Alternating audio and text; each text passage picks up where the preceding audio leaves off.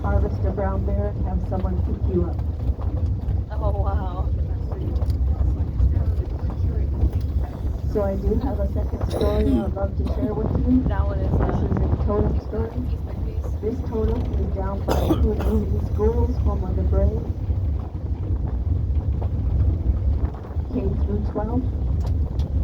This one is called Hop Touche. It's our totem pole on the right, facing them. Card by Mick and Rick Beasley, Coho Clan, Kukna Ani and Klickin, Deep Bay people.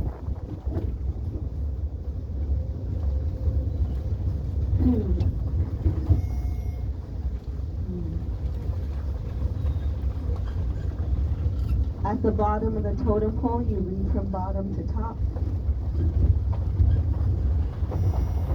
You'll see the figure Hop Touche.